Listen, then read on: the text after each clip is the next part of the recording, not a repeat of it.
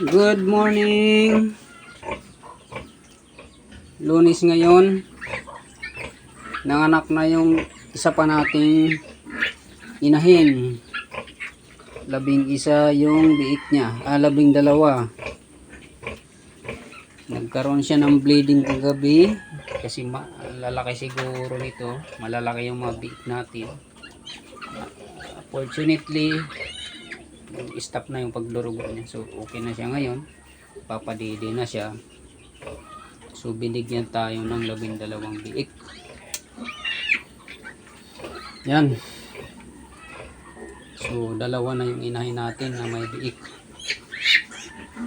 So awa ng Diyos, tapos na.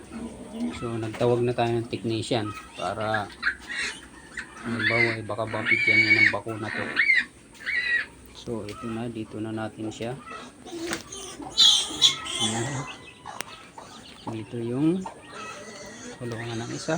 Ito, isang linggo. Ayan. Oh, ang kulit nila.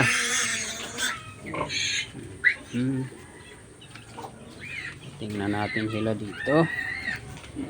Ayan. Ito yung isang linggo na natin. Bali 10 days na siya ngayon. Yan.